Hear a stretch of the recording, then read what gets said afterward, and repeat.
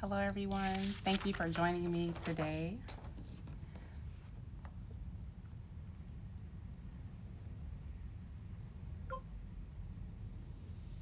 Hello, everyone. Thank you for joining me. I am just preparing to go live as well on Facebook. Thank you all for tuning in. I hope everyone is having a great day. Um, so much happening in the world. I look forward to giving you all updates on the city as well as COVID-19. We are still in a pandemic, obviously, and we're still being affected. And I want to make sure that we are taking this as serious as necessary, as it is still very, very critical and dangerous. So I will get started in just a second, everyone. Thank you for your patience. All right. So today is July 1st, 2020, and as of June 29th at 8 o'clock p.m., and which was the most recent county update on COVID-19, there were 103,529 COVID cases in Los Angeles County, including 3,369 deaths. In Compton, as of today, there have been 1,455 confirmed coronavirus cases and 24 deaths. And so this is very serious, very critical. Many of you, I'm sure, are aware that we were in phase 3 of the opening, and now the governor, as of today, is actually rescinding the ability for certain classifications of businesses to operate. If people do not take COVID-19 seriously, then we will experience more closures. And so it's really critical that we all do our part to stay at home as much as possible, socially distance, use our health precautions, and again, just make sure that we can do everything that we can. Our particular increase in cases in the city of Compton has been fairly consistent when we look at the contraction rate. We are a very dense population of community. We have approximately 100,000 residents in 10 square miles, and so we are not much higher than other cities of the same capacity, but we again need to take this very seriously. Los Angeles County has also ordered the closures of businesses with indoor operations, so that does include bars, restaurants, movie theaters, card rooms, zoos, and museums. And so we are backtracking a little bit in California, but again, it's necessary. I hope that as we go forward into the 4th of July weekend, that people please don't have large parties with your family. Please make sure that you can keep your circle small and ensure that we are doing everything that we can to stay safe. Also, beaches are not closed, but they are being modified, and the parking lots will be closed. So we're back to early May, I believe, when beaches began to open, but they're not open for recreational use, just for active use for exercising. Also, most 4th of July public events have been canceled, so we're asking that people please just observe the law so that we can stay safe and resume our life as we actually it'll never be the same as it used to be, but we need to find out our new normal, and that only happens when we get out of crisis mode. So we're hoping that we can do that together, everyone. Also, just a reminder, fireworks are still illegal in the city of Compton. We do have a provision on July 4th that fireworks may be used, but that is only the safe and sane. Illegal fireworks are still illegal, and we're asking that if it's not the 4th of July, that you refrain from using fireworks. Many people may be now aware that we actually increased the fines for illegal fireworks to up to $5,000 per infraction. So if you are out there using illegal fireworks, please don't be surprised if you actually receive a very hefty fine. And we're on par with surrounding cities that also have taken illegal fireworks very seriously, because every year that I've actually been mayor, we've unfortunately had someone lose a limb due to fireworks. And so it's very critical that we only use the legal fireworks and that we stay away from the illegal, which almost are like firecrackers and bombs in some cases. So please be careful. Also, I want to give you all some updates on COVID testing. We did conclude an event about a week ago with Trap Hills and Originals Nation called By COVID. This is not the first COVID testing event that we've had, but we are actually scheduled to have additional events with the help of our assembly person, Mike Gibson. This is one of the areas that I have challenged him in, and I am happy to say that he did deliver with a partnership with the state to provide 2 testing opportunities. The first will be Thursday, July 9th from 8 a.m. to 2:30 p.m. at Burrell McDonald Park. Again, that's July 9th from 8 to 2:30 p.m. at Burrell McDonald Park. This is open and free to anyone. You do not need to pre-register. They're just asking that you please get there as early as you can so that they can get people in and out. Also, the second date is Monday, July 13th from 8 a.m. to 2:30 p.m. at Wilson Park. So again, that's Monday, July 13th from 8 to 2:30 p.m. at Wilson Park. So if you need to get tested from COVID-19, feel free to access those locations and opportunities. Also, another reminder that CVS on Central is offering free testing. You actually can go to their website and schedule a free test, and it's accessible to anyone within the community. So please access CVS as well throughout those times. And we also do have a few tests left over from our testing event, and we're working with a local clinic to actually be able to administer those to you as well. So we should have another opportunity for testing coming up shortly that we will be happy to share. Also, just know that regarding COVID-19, we are continually working on new resources to the community. We are excited that we were able to offer a partnership last week with, the partnership last week with Give Direct, and Give Direct has provided $1 million to Compton residents that are on the SNAP nutrition program. We will share the stats today via the graphic of those residents that were able to take advantage. Currently, there were 983 people that were able to access $1,000 for their household. This is not the last partnership that we'll do, but this was one that we were able to roll out, and I'm happy that we were able to do that in partnership with a really awesome Compton native as well that worked on the back end to make that happen. Also, we are working at the city. We do have a program that we are finalizing that will assist businesses and residents, and so we will share the program specifications before the month of July is out. We recognize that people still need ongoing support and will need ongoing support, and so this is another financial opportunity that will be made available to Compton residents and to businesses. So looking forward to connecting you all with that program as well. Also, I want to give a brief update on the special council meeting that was held on June 29th. We had a special meeting as we invited Sheriff Villanueva and also our captain of the Compton Station, Latanya Clark, to discuss accountability, transparency, and reforms. And it was just critical that we addressed the unfortunate homicide that occurred with the young man, Mr. Gallardo, and he was obviously 18 years old, lost his life to an unfortunate homicide that occurred with the sheriff's deputies. The particular case had been sealed by Sheriff Villanueva. In the meeting on Monday, he gave his rationale for closing that particular information. I will allow him to give his explanation in his own words and provide a more detailed update to you all in writing, as we are actually preparing a follow-up letter. The city attorney and I will be issuing that tomorrow to the sheriff to reconfirm what he actually committed to publicly regarding reforms for our community. One of the issues that we discussed was the 8-for-8 policies, and I'll go over those briefly with you all.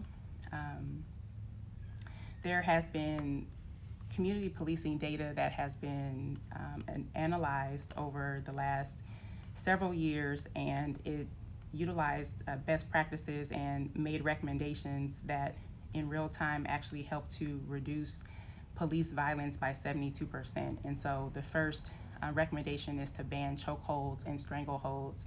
That is now actually being taken up at the state level for banning. We also are bringing something forward at the local level that will enforce the elimination for deputies to be able to use that stranglehold in the city of Compton as well. Also to require de-escalation. De-escalation is already a policy, but this has very strict provisions for required de-escalation that also includes that deputies that are on scene, and if they're witnessing a situation of protocol that's not being followed, that they're also mandated to report this particular outcome, which is very important. Also, to require warning before shooting. Warning before shooting is critical. Shooting should not be the first line of defense to stop someone, as we've seen in the particular instance of the young man that was killed. He was unfortunately shot in the back, and one could only hope that if more verbal de-escalation cues were used, that his life would have been spared. And so that is a change that must take into effect. Also, to exhaust all other means before shooting, once again, absolutely essential. The duty to intervene, as I talked about earlier, is necessary. To see something and say something. We have to, if we're going to be serious about affecting the culture of law enforcement, that has to be a provision that's included. Also, to ban shooting at moving vehicles. Also, to require the use of force continuum. There is a model that actually gives various phases of how force should be applied and actually when to apply it as the last resort. Most people don't know, if your head is being physically hit against a wall or the floor, that's considered a high level of use of force, and it's considered to be used as a deadly weapon. So just getting the facts out there are going to be essential, and we look forward to providing you all with some toolkits as well. Our city attorney and I were working on something where you can know your rights easily when you get pulled over by law enforcement, which you should actually do and say to protect your rights as a human being in this nation. And the 8th is to require comprehensive reporting. Reporting is essential to be able to hold people accountable and to effect actionable change. We need evidence-based policies that will actually move outcomes that we all know are essential. And so we are also in support of these measures in the city of Compton, and we discussed this publicly during the meeting we had with the sheriff, that we will be attaching these provisions to Compton's law enforcement contract with the sheriffs. And so if these items are not implemented in the Compton station with the Compton law enforcement that we pay for, then there will be a financial penalty, and we will be withholding your tax dollars from the sheriff's contract without these changes. And so that's something that was also discussed in great detail at the council meeting. It was actually a very informative, and it was quite lengthy, and if you all just have some dormant time to just listen in, it was really informative to talk about actual policies, the point of issues that we are requesting change specifically as well. And as I said earlier, I will post an actual written summary and some action items that you all can hold fast to. One of the additional issues we discussed was body cameras. We had received the confirmation and the commitment from the Sheriff's Department to have to have body cameras installed at Compton Station. And because of issues that are out of our purview, budgetary challenges, back and forth between the sheriff and the Board of Supervisors, none of that concerns us here. We just want to make sure that that number one, body cameras are installed. And so one positive outcome to this meeting is that the sheriff did commit to placing Compton as number 6, the 6th city that will actually have cameras installed to our deputies, and he provided the preliminary time frame of October of this year. And so again, more specifics will be outlined in the letter that will be sent on your behalf to the sheriff to codify again what was committed to Compton in this special meeting. And so I will make that letter public so that you all can understand exactly what happened and what the action items are moving forward. But that's just a quick summary. We talked about also the use of force regarding peaceful protest. I stated it was very clearly that it's unacceptable for peaceful protesters to be shot with rubber bullets, gas, and other issues that we witnessed here in Compton when there was the peaceful protest regarding the murder of Mr. Guardado. And it was just completely unacceptable. And it was problematic because there were conflicting reports that we received. I first received one report from our station captain that there were no instances of rubber bullets and gas shared. And then as I was sent video footage from you all, thank you very much, I was able to circle back with the captain, obviously with some different evidence, and she then reported that there were other stations that were assigned to assist Compton, and they actually gave a different directive than what she was aware of or what she gave. And so, again, knowledge is power. I want to encourage you all to continue to please just keep the videos coming. It is allowing us to have more accountability with our law enforcement, as we cannot physically be everywhere, but as we all work collectively together, we actually can improve the outcomes that we experience. Also, there's a litany of just policy items that we're working on relative to ensuring that we get what we pay for with the Sheriff's Department, making sure that we have the number of deputies that we are paying for within our contract. We're talking about different specific enforcement mandates that we're working through. And so as I'm able to share issues publicly, then I will definitely keep you all in the loop, as I always do. One thing that I did share, and I'll share with you all again, is that the city of Compton is leading an effort to organize cities to actually work together for the implementation and for actual real community policing forms to our sheriff's contract. And so this is something that several cities have signed on with Compton to do. We also have another stakeholder that I'll share as well that's going to be working with us from the law enforcement side that can give some input on different policies that we're bringing forward. But it definitely takes a team to be effective and to make things happen. So we are going to proceed forward expeditiously with these reforms and then make sure that they're codified to our contract and that you all can have something to stand on and to hold everyone accountable on. So I will keep you all in the loop as we move forward on these efforts. Also, as many of you are aware, our parks and park facilities are closed to group activities for your safety. This is not a only Compton specific mandate. This is a state mandate. There's a federal pandemic going on. Excuse me, it's a national pandemic, but it's actually global, but we're experiencing the impacts. And so all cities across the nation are having to cut their services because our revenues were drastically depleted by the closures. When businesses are not able to pay taxes, then revenue is restricted to local cities. One instance that I can just share with you, the city of Compton has a card room, a casino, and the casino, they attributes for $2 million of our annual revenue. Well, if the casino is shut down and not able to operate for a quarter of that time, then that's $500,000 right there that we are missing, which equates to real jobs. So there are real impacts to the city's budget. We did pass our budget last Tuesday on June 23rd, for those of you that tuned in. And this is, even though we were faced with all of the challenges with COVID-19 and we unfortunately did have to lay off some employees, this was still a very smooth and transparent process in my experience being here. And so I want to just thank our city management team as well for all of their hard work and for working with our unions to be able to work with our employees to make sure the process is fair and transparent. And we also restructured the city for more efficiency once again. This is something that has been on my radar and my list of objectives for really restructuring for more accountability. Internal services should be grouped together, external services should be grouped together. When we're able to combine different departments, we remove silos and excuses, and we can improve outcomes and efficiency for you all. So I do expect to see some great results from our restructuring. I did want to just take the time to touch on Parks and Recreation because there's been many rumors floating around that our parks are now going to be operated by nonprofits instead of city employees, and that's not the case currently. We're not able to retain our staff for recreation for community centers that are not able to open. So we received our instructions from the Health Department of LA County.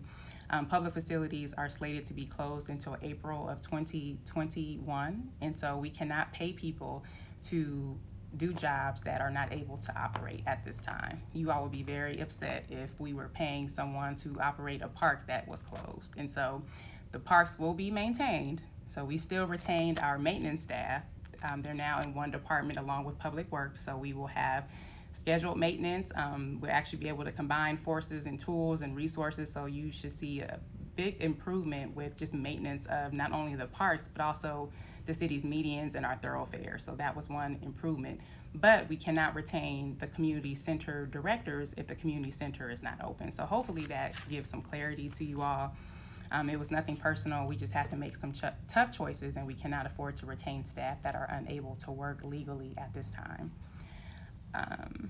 Also, I did mention that there's opportunities to improve recreation in the future through partnering with nonprofits. This is nothing new. I personally have been committed to bringing more partners into the city of Compton. We've done that to a high degree just because of the need, but I think it's also another great opportunity to really reimagine recreation for our community and to really get some cutting edge programs that our kids want to be a part of to improve the level of sports when sports is able to resume. So we're planning big time for 2021, being hopeful that we'll be able to at least be able to have some type of recreation once again.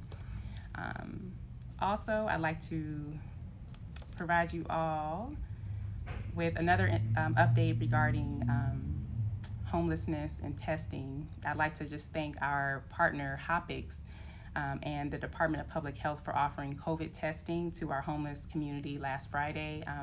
They were actually stationed at Pentecostals of Compton, and they're right at the southeast corner of Rosecrans and Alameda. And so they allowed our team to station there, and they were able to test the homeless community and to ensure that they were COVID-free and provide them with applicable healthcare services and necessary treatment for what was identified there. Our goal is to continue to keep our residents informed, and we will do that through all of our social media channels. I'm committed to holding these weekly updates with you all to just keep you all in the loop. I think information is so critical, and especially during these uncertain times. And so I will continue to have these weekly updates for you all and share information and also to hear your feedback. I'm also aware that although social media is very useful in reaching a wide audience, it's not the only platform. And so we make sure that this information is shared with our seniors through our public access station, as well as emails, websites, and other distribution channels. So please, thank you for tuning in and getting that information. And then relating to food distributions and COVID, we are still operating food banks throughout the city of Compton. We recognize that people are without jobs and in need of support. And I'm really happy about the quality of our food banks that have evolved and are continuing to grow. I want to continue to direct you all to 700 North Bullis Road. The Compton Chamber of Commerce has partnered to operate the food bank that provides quality proteins. They have fish, they even have non-meat options, they have dairy products, they have yogurt, obviously, and milk, they have cheeses, they have fresh produce, organic produce. They also have shelf-stable products. So, you can get your grains, your oatmeal, all those things, rice, beans for your family. So it's a well-rounded. They even have treats for the kids. So please feel free to access this food bank. You actually can drive through between Tuesdays and Saturdays from 11 to 3, and they're still actually delivering these meal packages to seniors as well. So the meal delivery is still operable, as well as the food bank, and we are happy to serve you all. And if you need to access more COVID resources, I just encourage you all to go to the city's website, comptoncity.org/covid19.asb, to access our resource guide. We continue to access the guide with more information as it becomes available, but it's a great start on where to just get information for COVID-19 resources. I mentioned one food bank. There are many others that are operating. There's a pop-up going on tomorrow. There's several that go on throughout the weekend. So there's ample food and resources in the city of Compton, and they're aggregated on this resource guide so that you can access them and share them with people that are in need, and we appreciate you in advance for that. Tomorrow, we're pleased to announce that former Dodger Yasiel Pugues, and forgive me for the pronunciation, but he's with the Wild Horse Foundation, and he'll be joining us to give away 300 food kits to residents at Gonzalez Park from 10 to 2 p.m. So if you want to drive through Gonzalez Park tomorrow, they'll be available there from 10 to 2 as well. And they have, it's geared for kids, so they have like lunch meat and different things that kids would need during the summer months. So feel free to come down and to stock up because there's ample resources for everyone.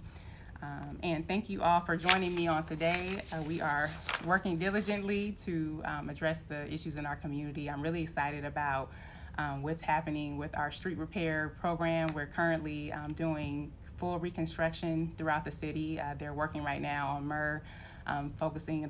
They've haven't begun scraping the street yet. They're doing the sidewalks first. So they're installing the new sidewalks and ADA upgrades and improvements to some of those driveways that abut the street, and then they'll do those same improvements throughout the entire city where those areas have been earmarked for the reconstruction. And then they'll come in and scrape the street, and then they'll go scrape all the streets. And so it's in a phased approach, but I can tell you that we are scheduled for full street repair work really throughout the next couple of years for what we have planned for you all. So there's going to be just nonstop work in the city of Compton. We also have a grind and overlay program that is launching shortly. We are making sure that we provide some restoration work for Wilmington. So the first phase of Wilmington had already been reconstructed, which included from the city limit up to Rosecrans, and now we're going to stabilize from Rosecrans all the way to the 91 freeway with the large pothole removal that still lasts for about 15 years until Wilmington completes design. So as I shared before,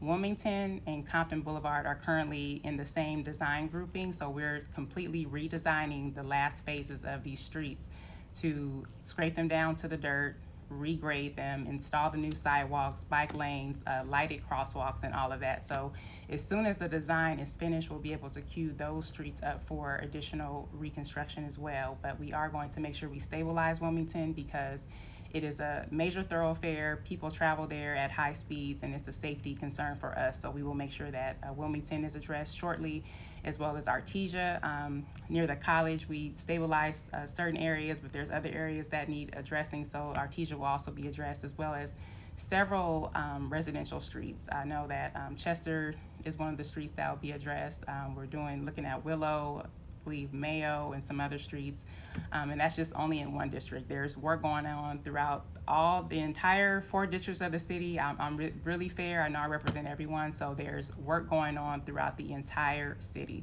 and I will keep you all posted. We should have some grind and overlay action beginning in the next week or two.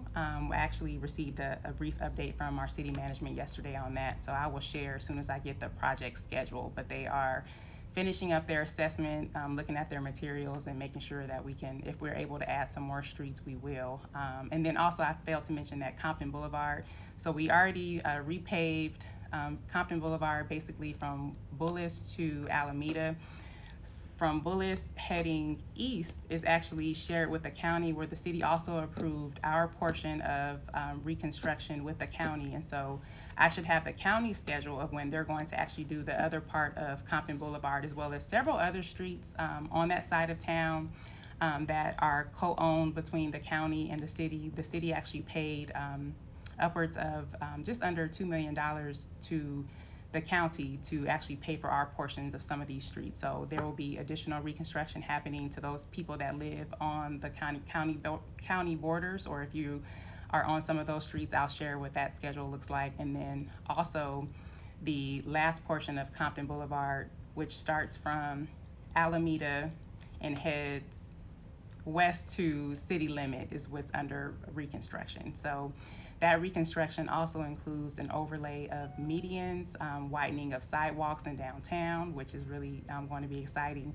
and other really cool updates. And then, as I mentioned downtown, I want to just put on your radar, there is an incredible project that will be made public quite shortly that will begin construction in downtown Compton in actually 2021. So they've actually gone through the preliminary phase of getting site control. The council approved their ENA, and now they're actually beginning the environmental due diligence phase for a wonderful, just state-of-the-art mixed-use project that will span several blocks in downtown Compton. So this is our first catalytic project to just redevelop downtown Compton. There's components for innovation included with the community in mind. Also incubation, there'll be some incubation of small businesses. So this will be a hub for our city. We're the hub city. We'll be kicking off downtown Compton in a really incredible way. And I look forward to being able to share those actual renderings within the next month or so. As they start the environmental process publicly, we'll share those renderings and those options with you all. And then in the fall, there's already planned public participation, so you all will be able to provide your input. They'll be able to make adjustments to certain aspects of the projects and to really fine tune it for Compton. So this is going to be a really exciting and inclusive process. And I look forward to working with you all to make sure that downtown Compton is restored to the way that it deserves to be. And so that is all the updates that I have for today. If there is any questions that I can, or any questions that I can pull from you all, I will grab them. I know my team, Candace, also monitors. I don't see any notes from her. She usually will text me questions. So I don't see any on here. But thank you all so very much for tuning in and for spreading the word. I will make sure that I get to your questions at a later date if I see them later on. But thank you all so much, and stay safe. Please remember COVID-19 is alive and real, and that our nation is actually suffering with increased cases, and the community transmission rate is one of the largest issues that we're grappling with, because people are connecting with one another and spreading the virus. So please, please be safe and plan to have a safe 4th of July.